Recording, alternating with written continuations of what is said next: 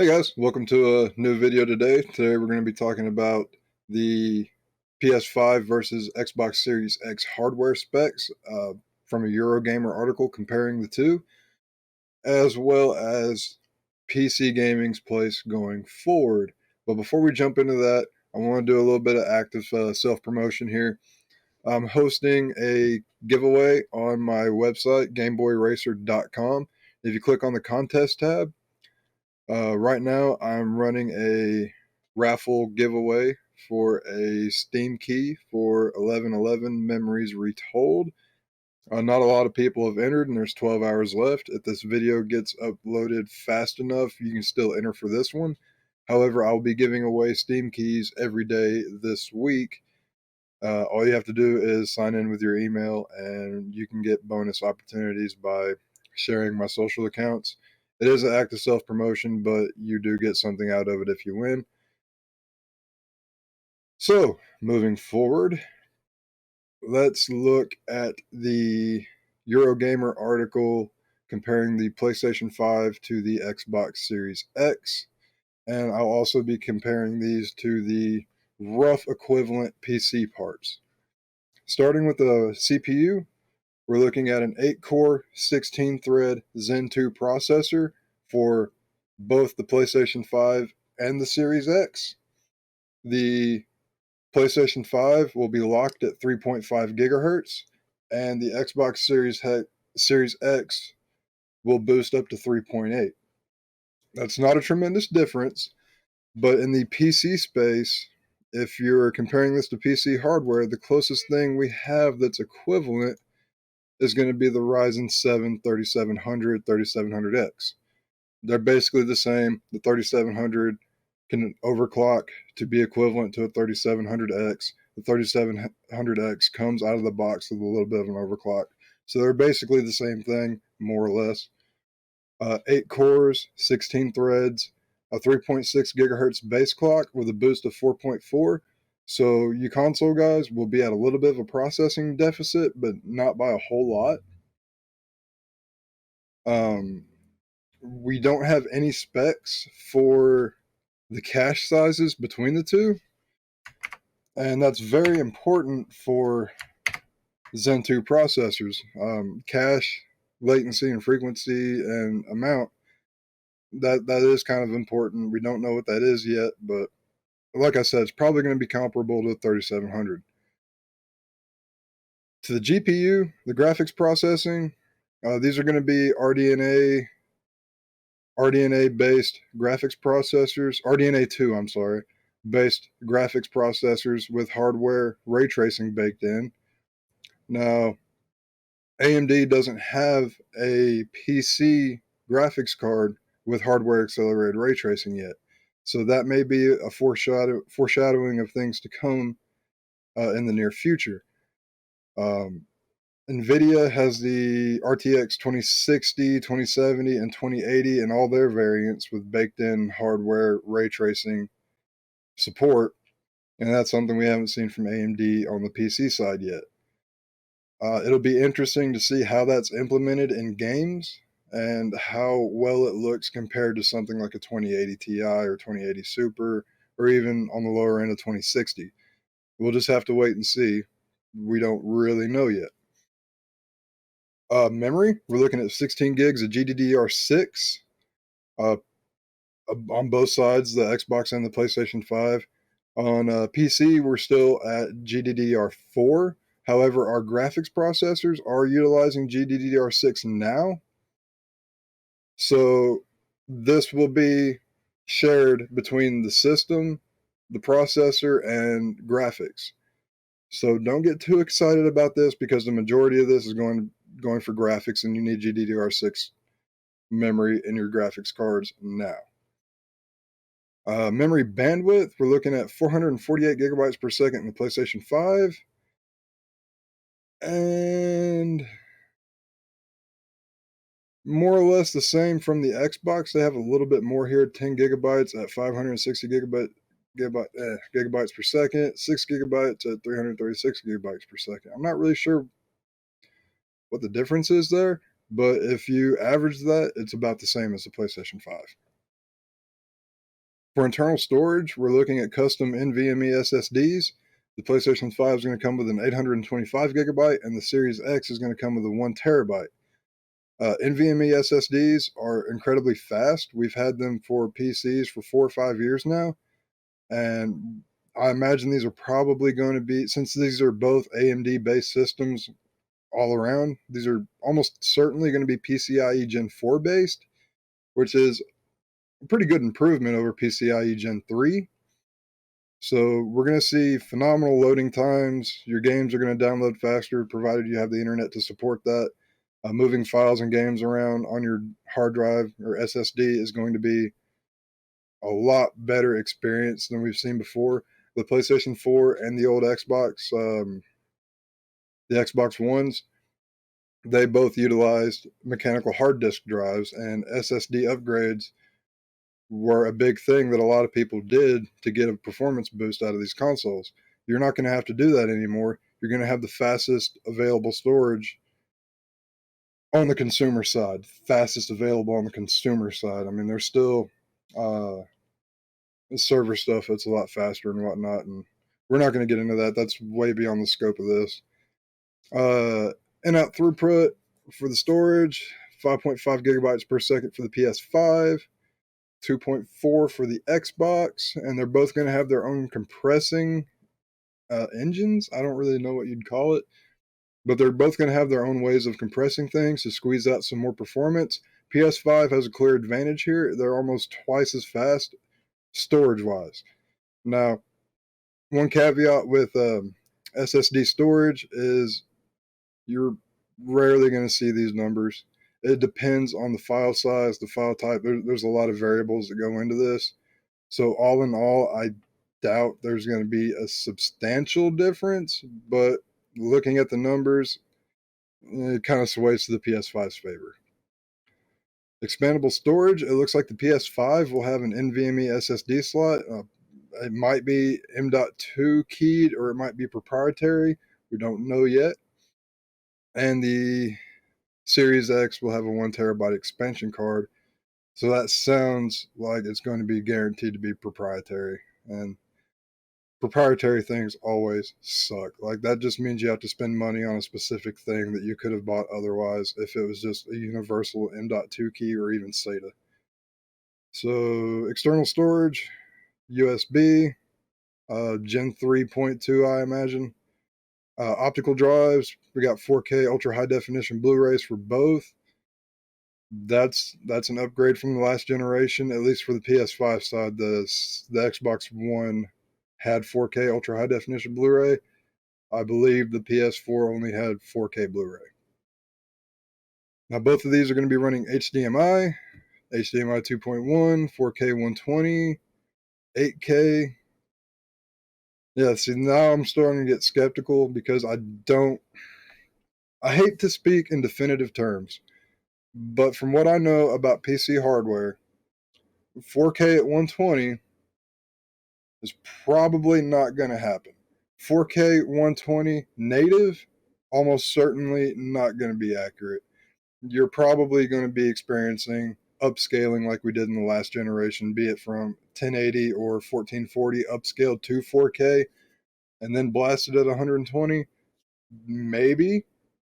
And I have to look into this a little bit further, but HDMI does have its limitations, and that's why PCs use DisplayPort like most of the time. So 4K 120 through HDMI, I'm skeptical. 8K, I don't believe that at all. I don't believe it at all. That needs to be elaborated on a lot more because I don't think this is exactly forthcoming in information. I really think they need to explain how their 4K, their refresh rates, their 8K is going to work because I just don't see this happening. PlayStation 5 backwards compatibility with PlayStation 4 with an asterisk. What's that asterisk mean? Let's see.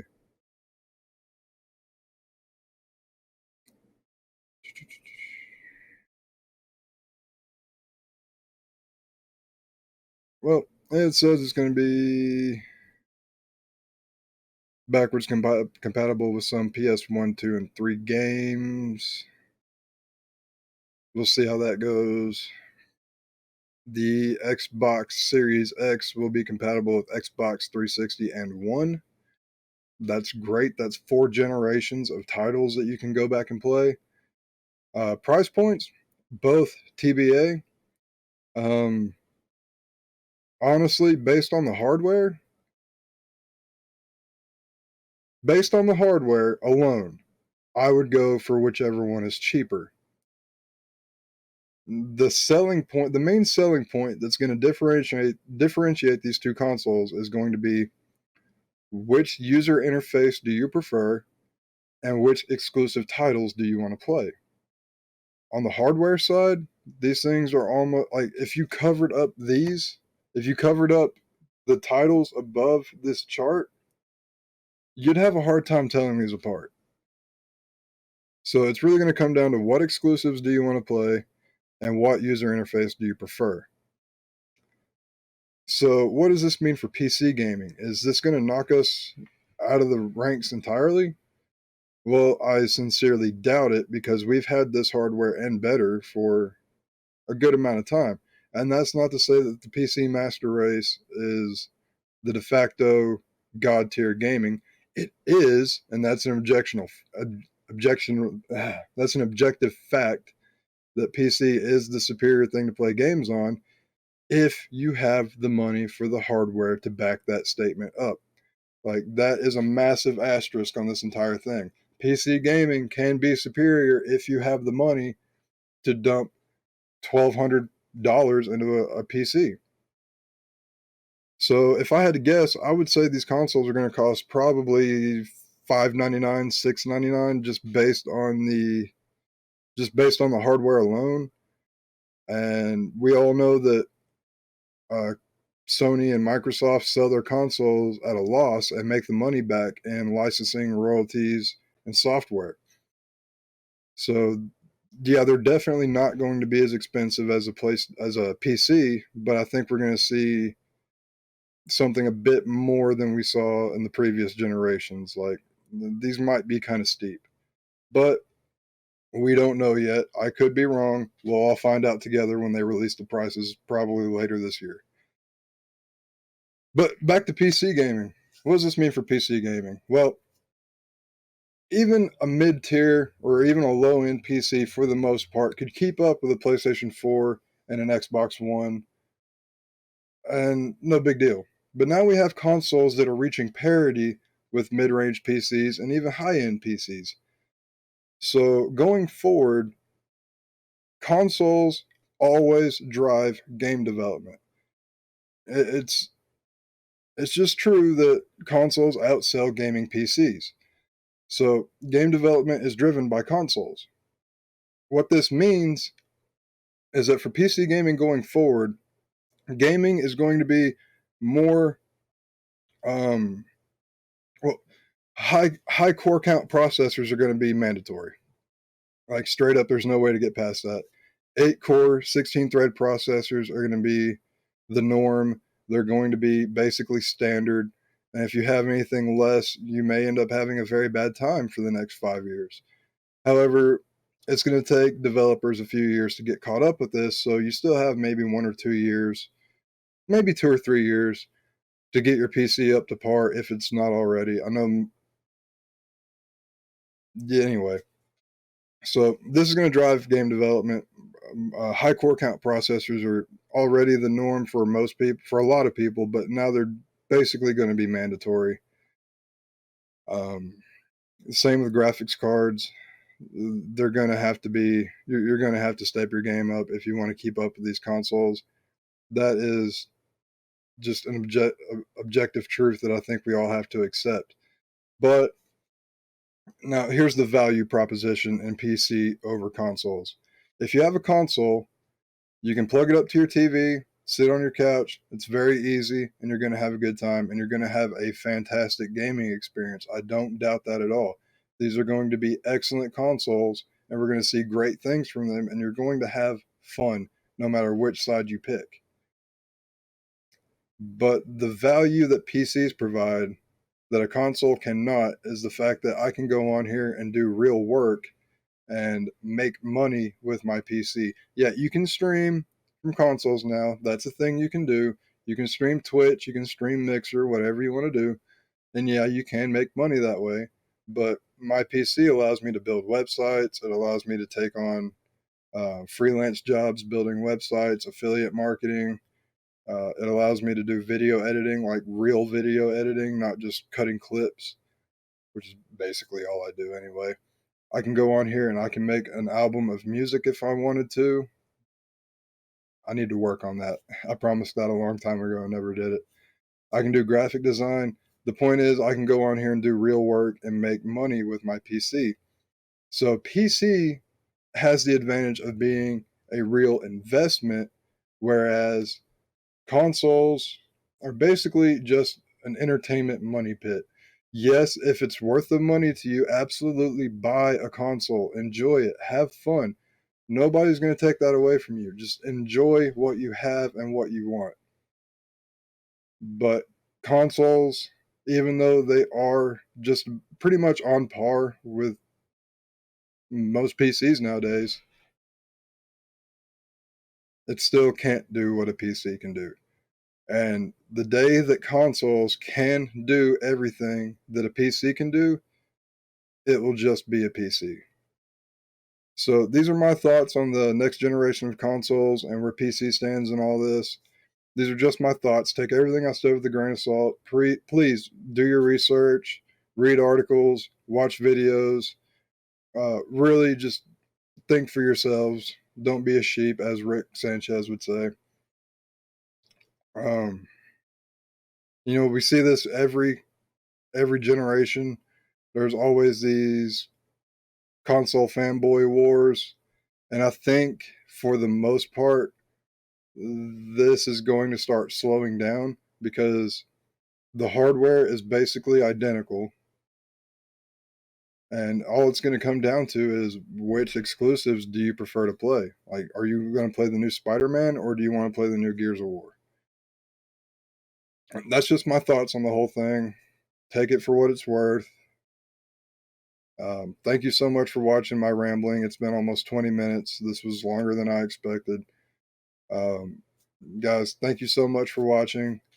If you enjoyed this video and the rest of my content, smash subscribe. I got a bunch of retro gaming videos that I'm working on. I'm streaming on Twitch now. I spent 4.5 hours playing Rocket League trying to get ranked last night during Double XP weekend. I had a very, very bad time. So, guys, thank you so much. Don't forget to check out my website for the Steam code giveaways all week. I'm doing that all week long. I got a bunch of codes in my Humble account. They're just sitting there. So, while everybody's sitting at home bored, I figured this would be the best time to, just help some people out that maybe aren't making the money they did before all this human malware stuff happened. And just sitting at home bored, I'm going to throw out some games. There's not a whole, I'm not that popular. So not a lot of people are entering this contest. So if you enter, you do have a pretty good chance of winning. I can't guarantee anything. But the winner will be chosen at random. Go check it out. Thanks for watching. Y'all have a great day. Stay safe and stay healthy.